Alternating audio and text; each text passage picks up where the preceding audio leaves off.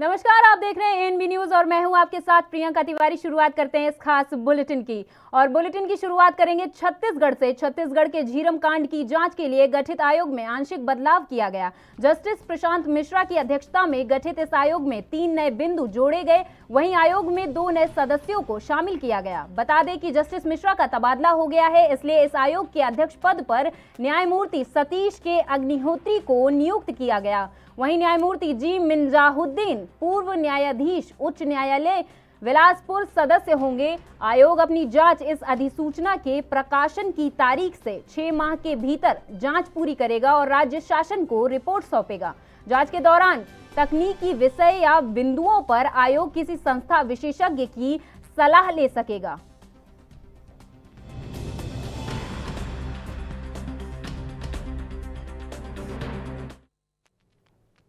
छत्तीसगढ़ के मुख्यमंत्री भूपेश बघेल का एक अलग ही अंदाज दुर्ग जिले के भिलाई में देखने को मिला। भिलाई के सेक्टर 9 फुटबॉल स्टेडियम के लोकार्पण के लिए सीएम भूपेश पहुंचे थे तो उनमें खिलाड़ी का रंग दिखाई दिया। भूपेश बघेल यहां पहुंचे तो उन्होंने अपने शानदार फुटवर्क दिखाया। भूपेश बघेल ने फुटबॉल को जोरदार किक लगाया। इसके बाद वहां उपस्थित दर्शकों में से एक सुर में आवाज आई कि कहा त मंजे खिलाड़ी हवे। दरअसल मुख्यमंत्री का फुटवर्क मोशन ऐसा था जिससे वे मंझे हुए खिलाड़ी लग रहे थे। ऐसा लग रहा था कि किसी टीम को पेनल्टी स्ट्रोक मिल गया हो और वे इस अवसर का पूरी तरह लाभ उठाकर शानदार शॉट खेल रहे हों। भिलाई के सेक्टर 9 में मुख्यमंत्री भूपेश बघेल फुटबॉल खिलाड़ियों से भी मिले। सीएम ने कहा कि भिलाई में खेलों की शानदार अधोसंरचना हमने तैयार की है। बीते 3 सालों में अनेक खेल स्टेडियम का लोकार्पण हमने किया है। इससे निश्चित रूप से हमारे खिलाड़ियों को बहुत सुविधा मिल रही है।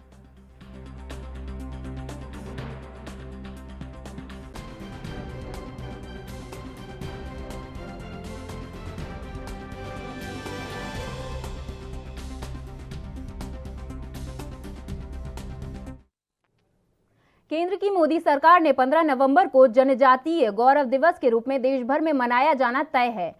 पीएम नरेंद्र मोदी की अध्यक्षता में बुधवार को केंद्रीय मंत्रिमंडल ने इसे जनजातीय गौरव दिवस घोषित करने की मंजूरी दे दी। इसके तहत इस बार 15 नवंबर से 22 नवंबर 2021 तक सप्ताह भर जनजातीय उत्सव भी मनेगा। तो वहीं सीएम शिवराज सिंह चौहान ने भी इसके लिए केंद्र का आभार जताया। उन्होंने कहा कि ये दिवस न केवल जनजातीय महानायकों के चरणों में श्रद्धांजलि होगी बल्कि हमारे जनजातीय भाई बहनों के लिए आर्थिक, सामाजिक, शैक्षणिक सशक्तिकरण के लिए मील का पत्थर साबित होगी।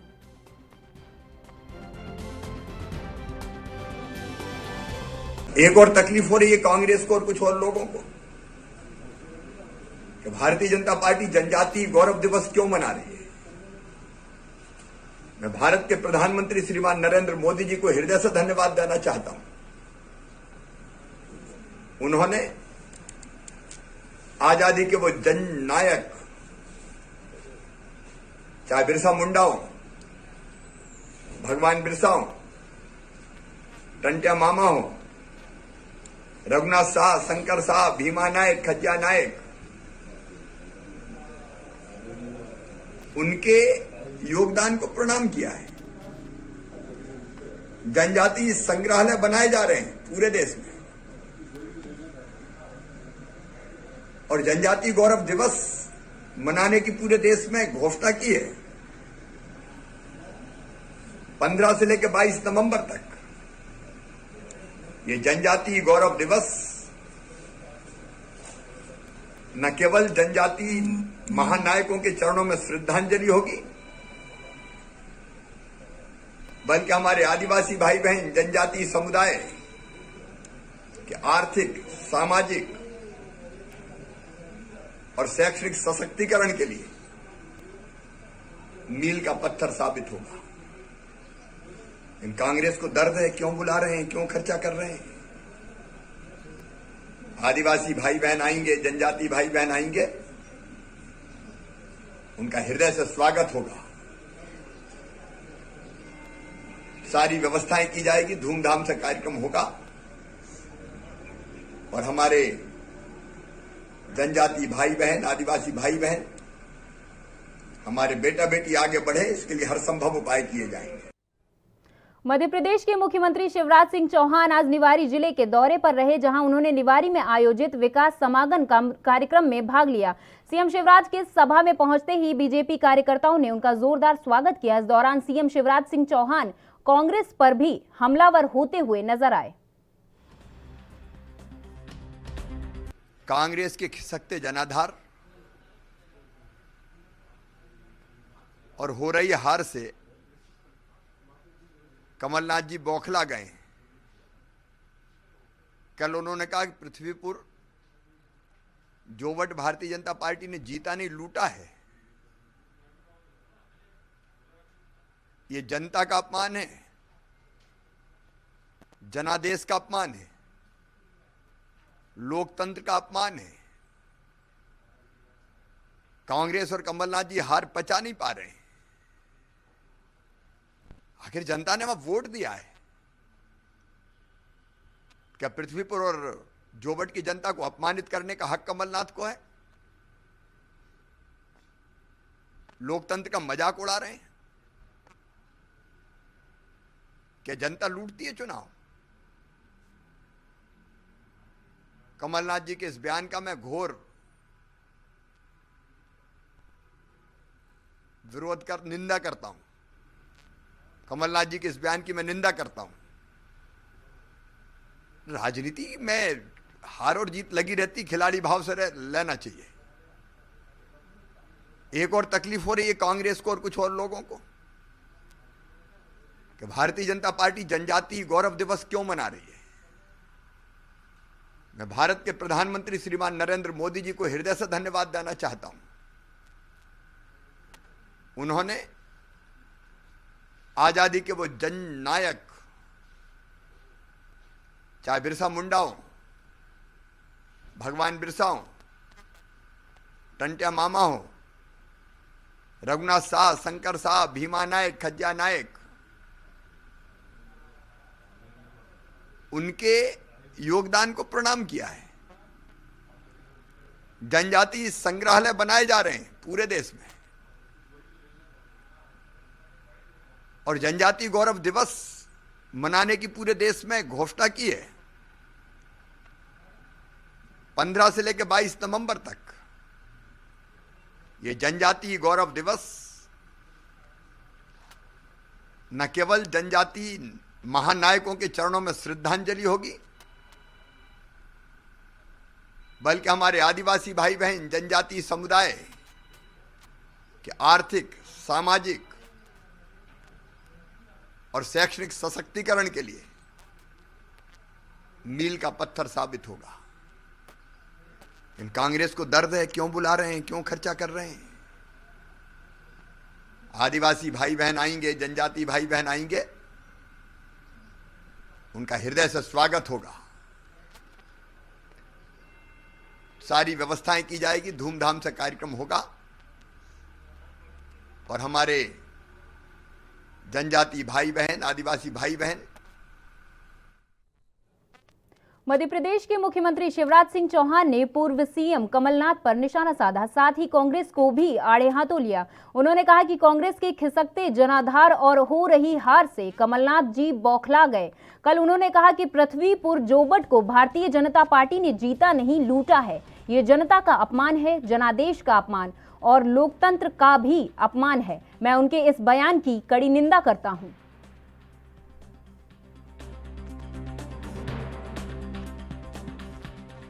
कांग्रेस के खिसकते जनाधार और हो रही हार से कमलनाथ जी बौखला गए। कल उन्होंने कहा कि पृथ्वीपुर जोवट भारतीय जनता पार्टी ने जीता नहीं, लूटा है। ये जनता का अपमान है, जनादेश का अपमान है, लोकतंत्र का अपमान है। कांग्रेस और कमलनाथ जी हार पचा नहीं पा रहे हैं। आखिर जनता ने वहां वोट दिया है। हाल ही में मध्य प्रदेश में हुए उपचुनावों में कांग्रेस को 31 साल बाद सतना जिले की रैगांव विधानसभा सीट पर जीत मिली। ऐसे में पूर्व सीएम और कांग्रेस प्रदेश अध्यक्ष कमलनाथ आज रैगांव पहुंचे, जनता के प्रति आभार प्रकट किया। इस दौरान उन्होंने बीजेपी पर जमकर निशाना साधा। कमलनाथ ने कहा कि 5 महीने में कई उपचुनाव हुए, जिसमें दमोह और रैगांव विधानसभा सीट पर हमें जीत मिली, जबकि पृथ्वीपुर और जोवट का विधानसभा सीट की कहानी ही अलग है, क्योंकि ये बीजेपी ने चुनाव जीता नहीं बल्कि लूटा है।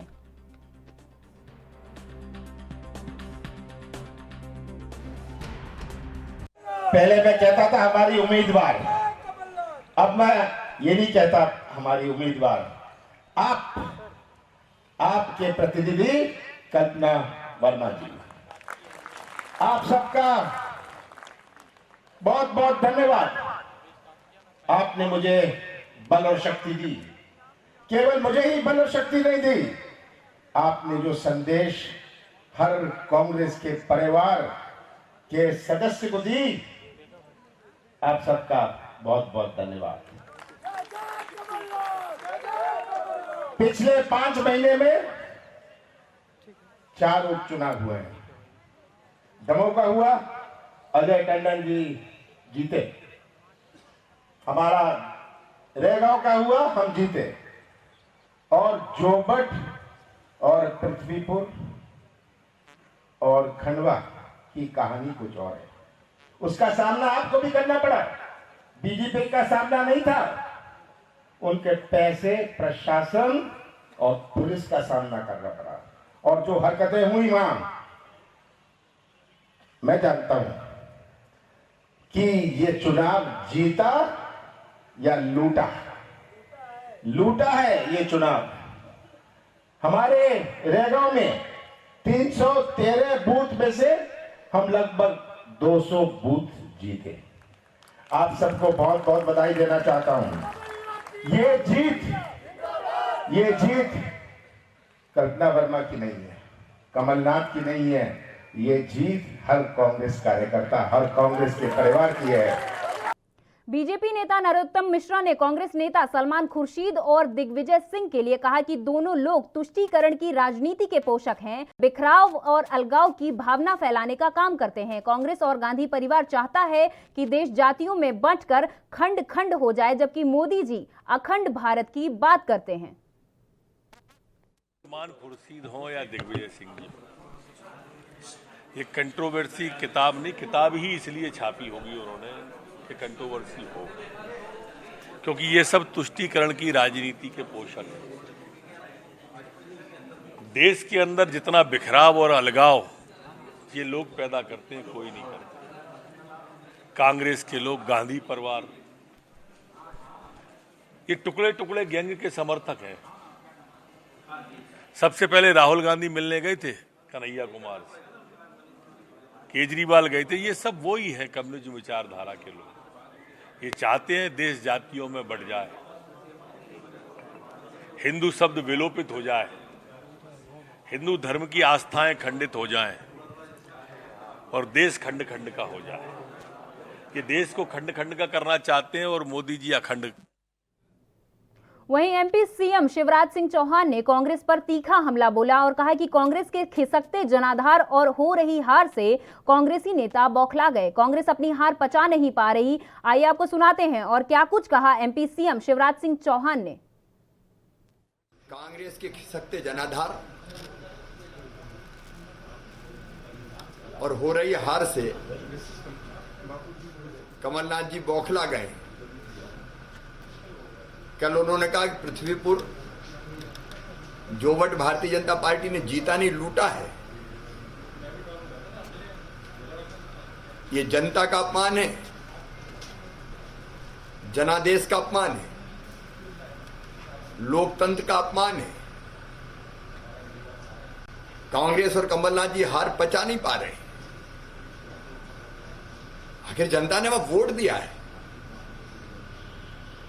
क्या पृथ्वीपुर और छत्तीसगढ़ के रायपुर में नगरीय प्रशासन विकास और श्रम मंत्री डॉक्टर शिवकुमार डहरिया मंदिर हसौद में छठ पूजा में शामिल हुए और श्रद्धालुओं को छठ पर्व की बधाई और शुभकामनाएं दी। उन्होंने प्रदेशवासियों की सुख समृद्धि और खुशहाली की कामना की। नगरीय प्रशासन मंत्री ने मंदिर हसौद छठ घाट के विभिन्न निर्माण और विकास कार्यों को नगरीय विकास विभाग की तरफ से 5 लाख रुपए देने की घोषणा की। बता दें, आस्था और भक्ति के महापर्व छठ पूजा में बड़ी संख्या में श्रद्धालु शामिल हुए।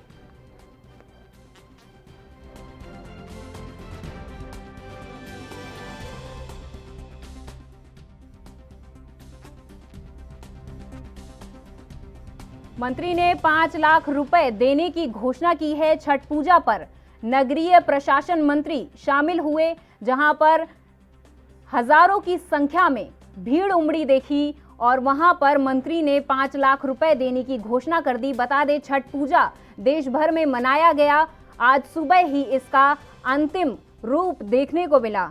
सुबह जब सूर्य को अर्घ दिया गया, उसके बाद महिलाओं ने इस व्रत का पारण किया और इस व्रत को तोड़ा।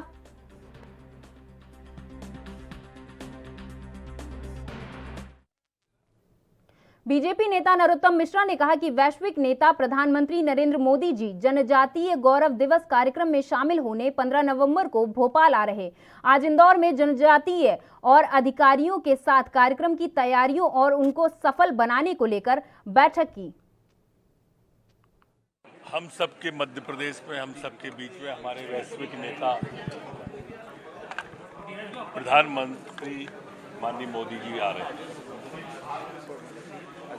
15 तारीख को जनजाति दिवस है। पहले तो आभार मोदी जी का, उन्होंने इसको जनजाति दिवस को 15 तारीख को पूरे देश के अंदर मनाने का तय किया। उसकी शुरुआत मध्य प्रदेश से हो रही है। पहले से मुख्यमंत्री जी की द्वारा घोषणा की गई थी। उसी के संबंध में आज बैठक रखी गई थी। चूंकि इंदौर से होके पूरा संभाग जाता है, खंडवा तक के लोग जाते हैं, तो उन कार्यकर्ताओं को कार्यकर्ता चिंता करें, उनके रुकने की, ठहरने की, खाने की और समय के पूर्व जमुहूरी पर पहुंच सकें, उसके बारे में। एमपी के बालाघाट नगर मुख्यालय के ढीमर टोला में एक दिवसीय मढ़ई का 10 नवंबर को शुभारंभ हुआ। इस मढ़ई के पूर्व परंपरागत वेशभूषा में अहिर समाज के कलाकारों ने नृत्य कर दीवारी गायन किया। इस अवसर पर भारतीय संस्कृति और ग्रामीण परिवेश की अद्भुत झलक देखने को मिली। इस मढ़ई में स्थानीय ITI के पास से ढीमर टोला तक अनेक प्रकार की दुकानें लगाई गई थी, जहां महिलाओं पुरुषों के साथ बच्चों ने खरीदी करते हुए खाने की चीजों सहित खेल खिलौने की खरीदारी की। यहां सड़क के दोनों ओर लगाई गई दुकानों पर शाम से रात तक ग्राहकों का तांता लगा रहा।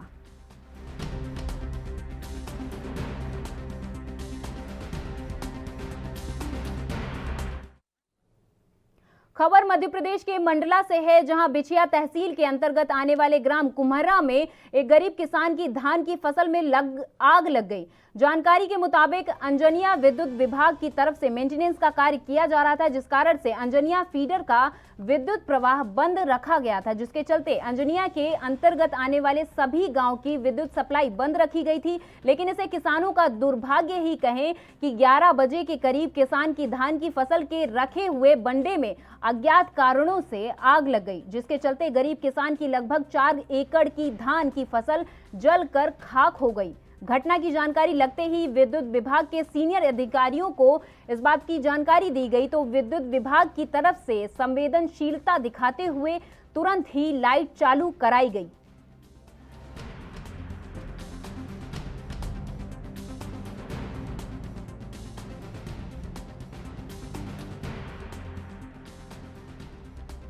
अज्ञात कारणों से किसान की फसल में आग लग गई, जिसकी वजह से उसका बहुत नुकसान हो गया।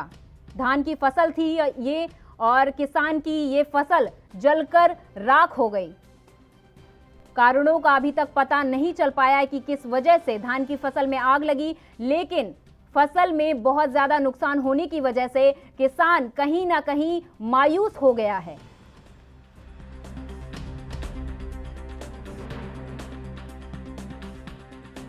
ये खबर है जहां बिछिया तहसील के अंतर्गत कुम्हरा के एक गरीब किसान की धान की फसल में अचानक आग लग गई, जिसके बाद मेंटेनेंस का कार्य किया जा रहा था, लेकिन अज्ञात कारणों की वजह से यह आग लग गई, जिसके चलते धान की फसल में आग लगने की वजह से पूरी तरीके से धान की फसल बर्बाद हो गई।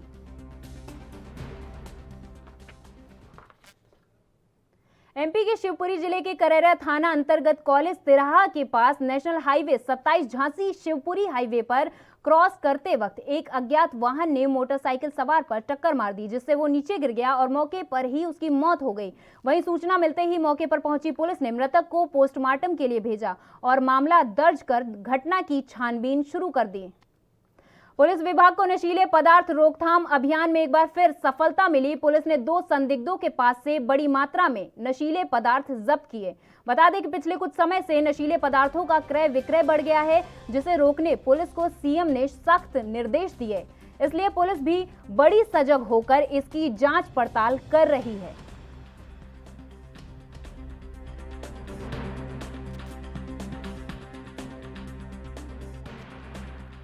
रायपुर पुलिस को बड़ी सफलता हाथ लगी है। बड़ी मात्रा में मादक पदार्थ जब्त किए जा चुके हैं। रायपुर पुलिस को यह खबर जैसे ही मिली कि बड़ी मात्रा में मादक पदार्थों की खेप कहीं और पहुंचाई जा रही है, रायपुर पुलिस उस वक्त मौके पर पहुंची और उन्होंने बड़ी मात्रा में मादक पदार्थों को जब्त किया है।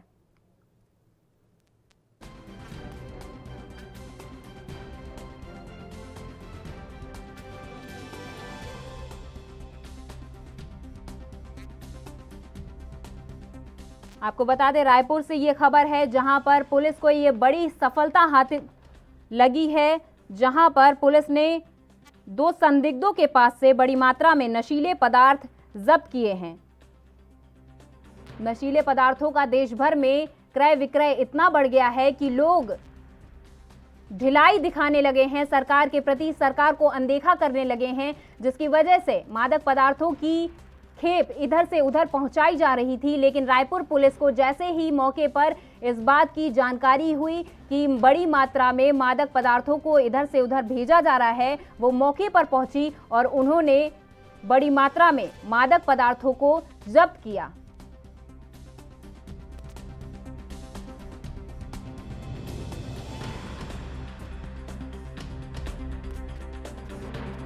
आपको बता दें, सीएम ने सख्त निर्देश दिए थे, जिसके बाद पुलिस को ये बड़ी सफलता हाथ लगी है।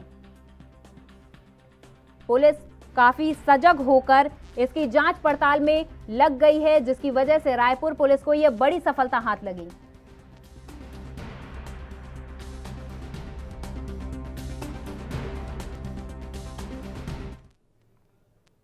और मेरे साथ इस बुलेटिन में फिलहाल इतना ही। आगे और खबरें देखने के लिए बने रहिए एनबी न्यूज के साथ। नमस्कार।